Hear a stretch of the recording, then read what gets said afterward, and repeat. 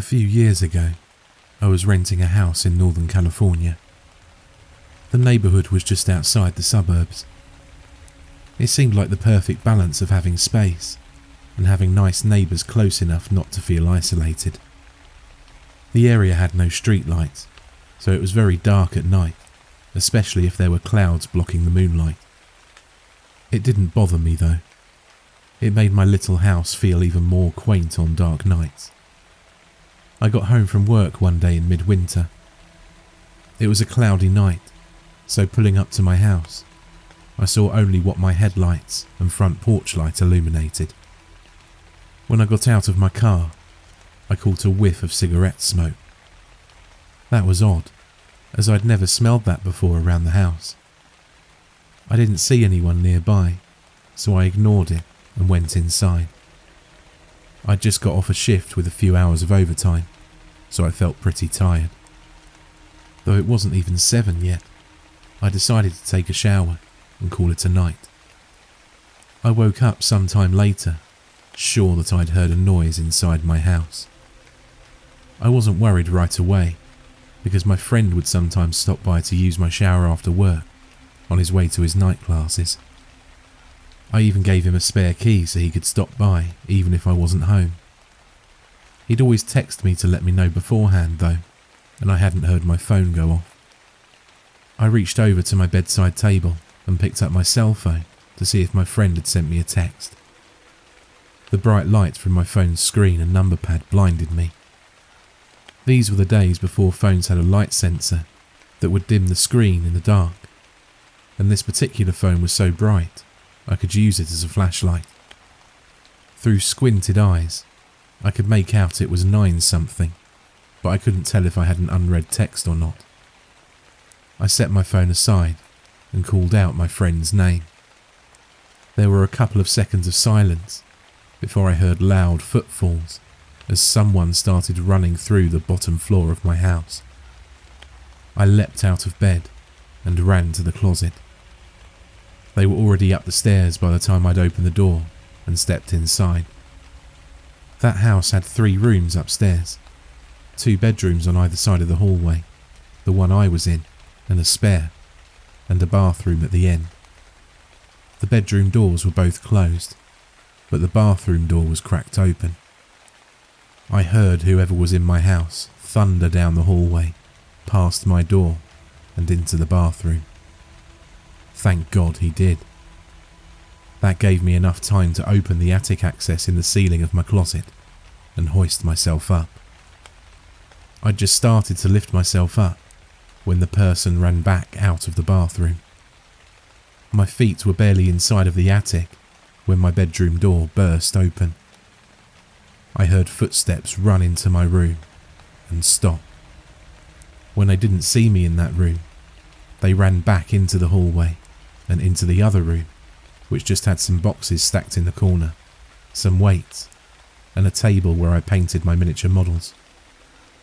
I guess they decided that if someone were hiding, it would be in the bedroom, because they charged back into my room and turned on the light. A moment later, the closet door was ripped open. I was crouched in my attic, just a foot or so away from the access, so I could try to stop them if they started to climb up. From my vantage point, all I could see was from about their knee down. They were wearing dirty blue jeans with frayed cuffs and worn work boots. After a few seconds of looking in the closet, they stepped away, and I heard a loud crash come from my room, followed by a scream of frustration and anger. That scream was the most unnerving part of the incident for me. It reminded me far too much of my stepfather, who would scream in a similar way when he lost his temper. He'd eventually be put in a mental hospital for several mental disorders that resulted in erratic and violent tendencies. The man in my house ran back down the stairs. I heard crashes and clatters as things were thrown around and furniture was knocked over. I stayed crouched in the attic. I'd left my cell phone when I ran for the closet, and I wasn't certain I could climb down without him hearing. After some time, the noises stopped. I started counting, slowly. When I reached 1,000, I decided it was safe enough to climb down and call the police. The first thing I noticed when I exited the closet was the intruder had flipped my bed over. I assume in an attempt to find me. That was the loud noise I'd heard after he stepped away from the closet. I couldn't find my cell phone, so I went to the landline by the bed and called the police. I waited in my room until I heard them call out from downstairs. The first floor was a mess, but I expected that. Chairs had been knocked over, the sofa had been flipped. All the books, pictures and knickknacks I had on my shelves were strewn across the floor. The cupboards in the kitchen had been opened, and all the boxed and canned foods had been thrown to the ground. As far as I could tell though, the only thing missing was a single knife out of the wooden block in my kitchen. The police checked the house from top to bottom. They found that the side door had been forced open by something like a crowbar. They also found a few cigarette butts along my fence line, along with some foil and an empty pen tube, which the police said people often use to do drugs. So they think he'd been watching my house for a while. I realised he must have been out there, smoking a cigarette when I got home. They collected up the evidence and told me I should stay with family or friends that night and get that door fixed as soon as possible. I opted to just not sleep. I moved the shelf over to block the broken door and spent the next couple of hours just cleaning things up. I'd often go to the window with a flashlight and shine it along the fence line where the police found the cigarette butts and foil, but I didn't see anything. The next day, I called to have the door fixed and motion lights installed at the back and sides of the house. I ran a phone cable up into the attic and added a landline. I never wanted to be stuck up there without a phone again.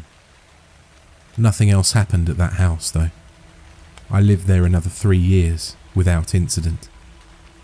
One more precaution I took was practicing getting out of my bed, going to my closet and climbing into the attic as quickly and quietly as possible. I even kept at it when I moved, except now I go to a crawl space at the back of the closet instead of the attic. I try not to think about what would have happened if I'd been a bit slower getting to the attic, or if he hadn't gone into the bathroom at the end of the hall first. Quick backstory. I've had a stalker for about 4 years.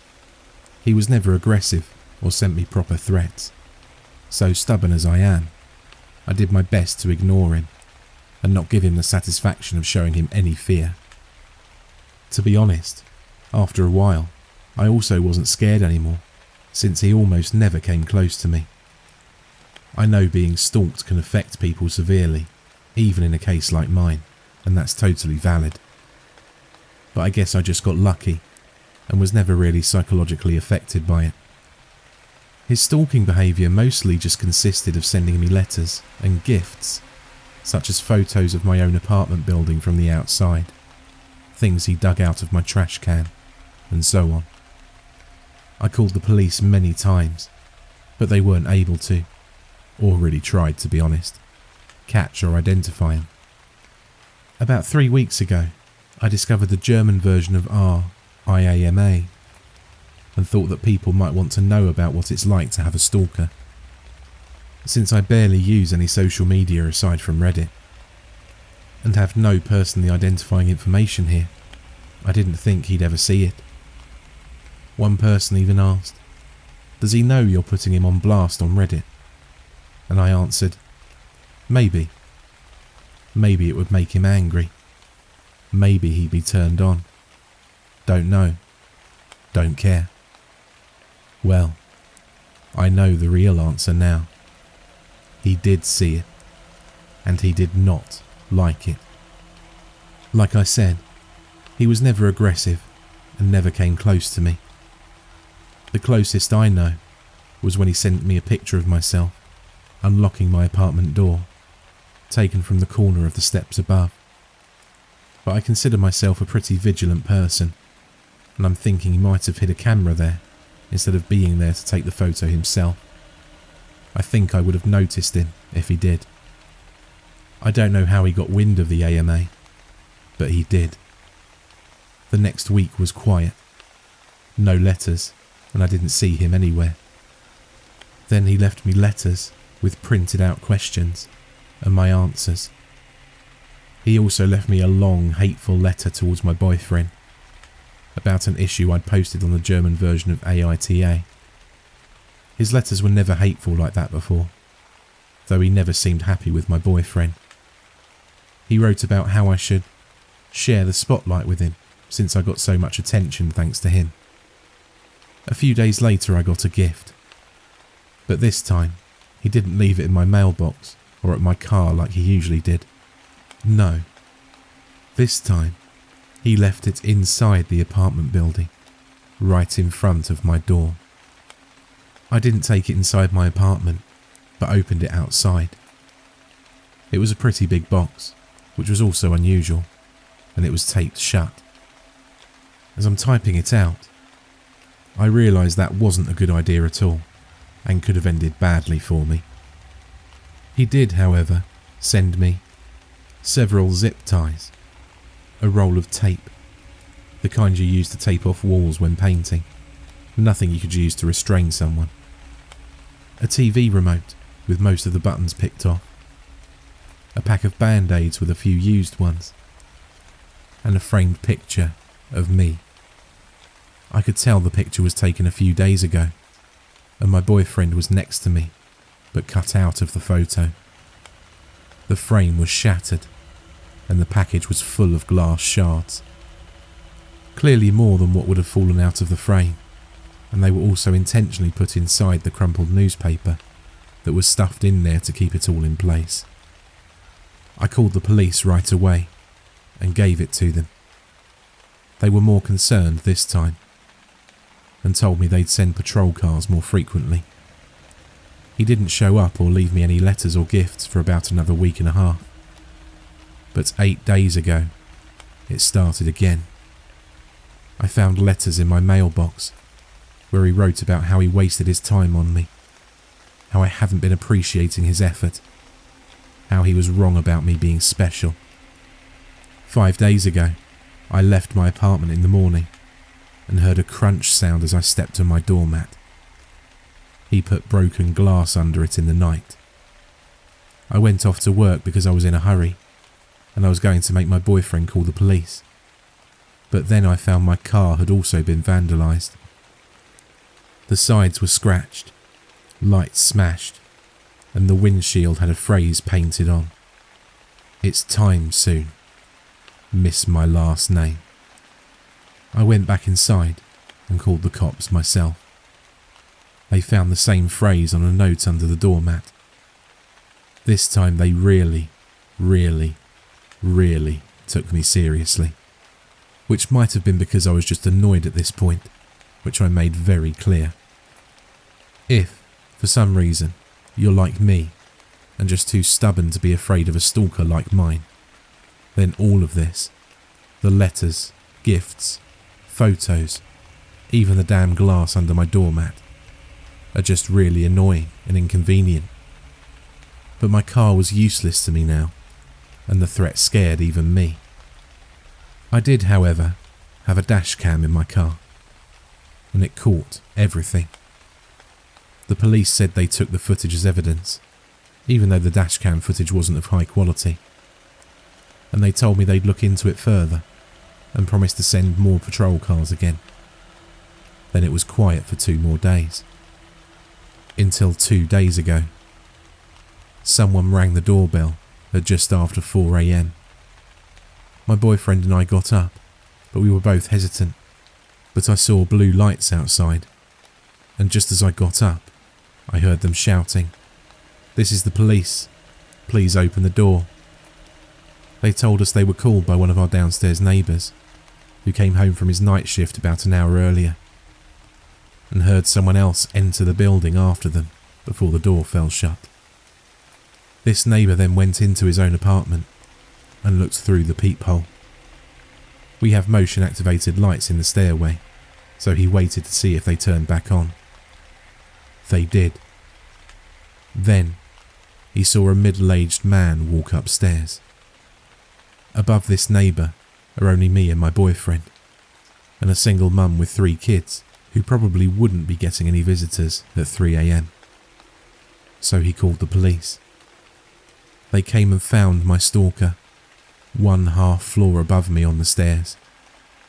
He should have been able to see the cop cars, since there's a little window up there, and they had their lights on, but he either missed them or wanted to get caught. They found a pocket knife on him, and he confessed to being my stalker right away. He's finally caught. They got him. It took 4 years, a provocative online post, and one very vigilant and caring neighbour. But he's finally done. For now, at least. He's facing several charges, and I've collected every single piece of evidence over the last 4 years. I don't know what kind of outcome I can expect, but for now, I've finally got some peace.